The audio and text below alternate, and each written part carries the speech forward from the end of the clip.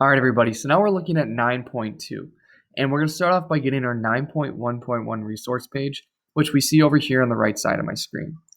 And it says, on it, you will find the figures below. Keep it in an easily accessible place, and we will use it in several problems. And so it says, use what you know about straight angles to calculate the measures of these angles, B, D, F, K, R, and S. When everyone in your team has completed the calculations and agrees with the results, check with your team to be sure that everyone agrees that the results are correct.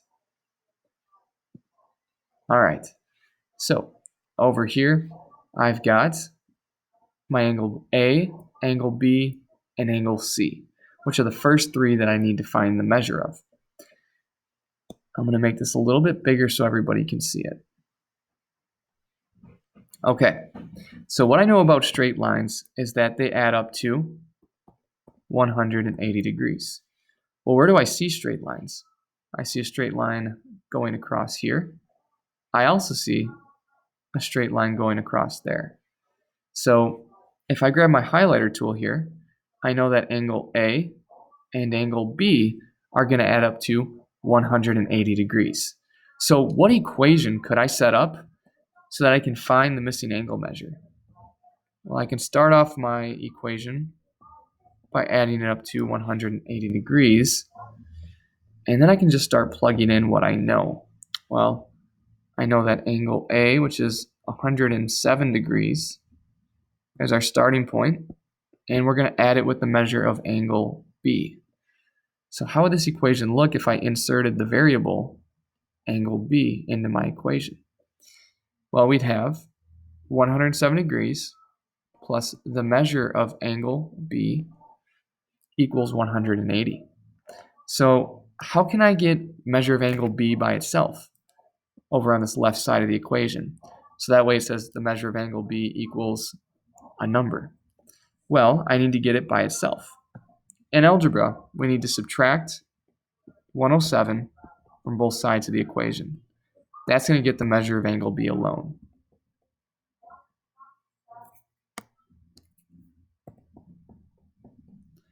And so now over here on the left side of my equation, I have the measure of angle B.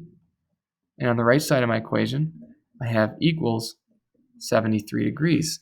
And now what I can do is put in 73 degrees for the measure of angle B. All right, so now we're going to do the same thing here.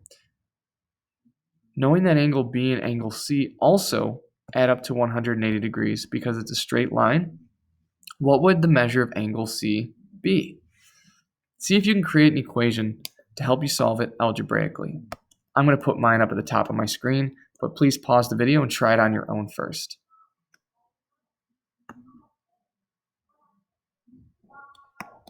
All right, hopefully you have gotten the equation set up.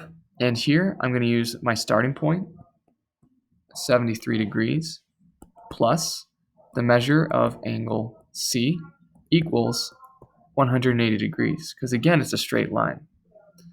And so here, to get the measure of angle C by itself, I need to subtract 73 from both sides of this equation.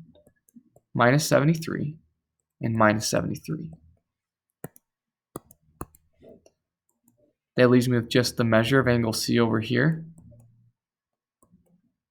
And it's going to equal 107 degrees. So angle A is 170 degrees, or 107 degrees, and angle C is also 107 degrees. So we notice that these two angles have the same measure. And then we notice that with the adjacent angle of 73 degrees, they add up to 180. All right, so now we need to find the missing angle D. Well, there's two ways that we could find the missing angle measure D here. We could use what we know from the top section.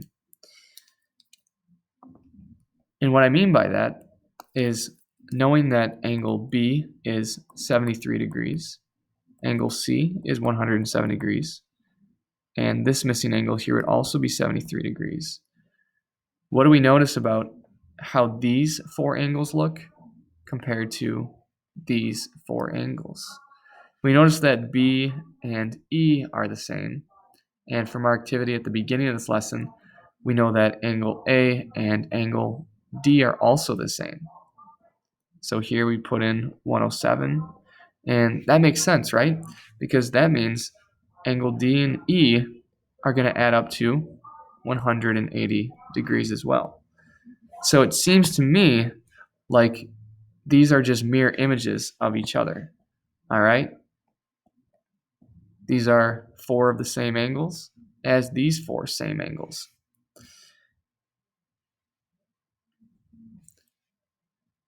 All right, again, we have these parallel lines here. So let's see if we can figure out F, G, H, J, and K based off the information we know about straight lines. Go ahead and give it a shot right now. Pause the video and come back when you're finished.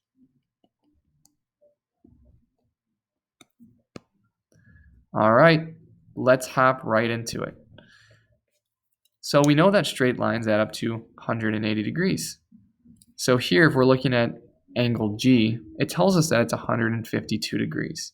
So I'm going to start with 152 degrees in my equation, and I know it's going to equal 180 degrees. What would I be putting here in this missing box to finish my equation? Well, I know supplementary angles add up to 180 degrees, so I'm going to do plus a missing angle measure in that box. And that missing angle measure is going to be represented by whichever one I choose to do first, whether it's F or H. I'm going to choose H here.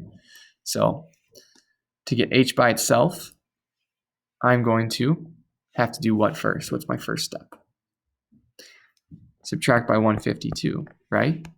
So 152 minus 152 gets rid of it on that left side.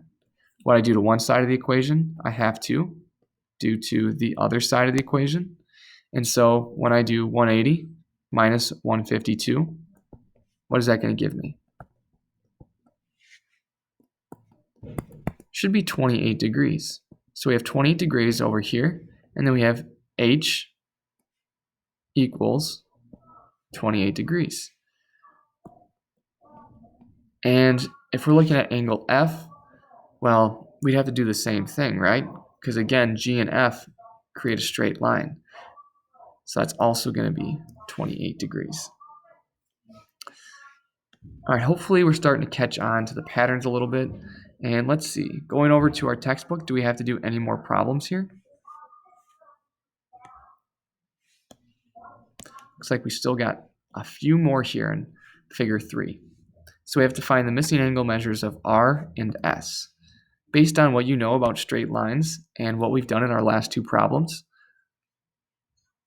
what would the measures of R and S be if you pair them together with their adjacent angles that they're next to? Think about straight lines. Think about our last 2 examples.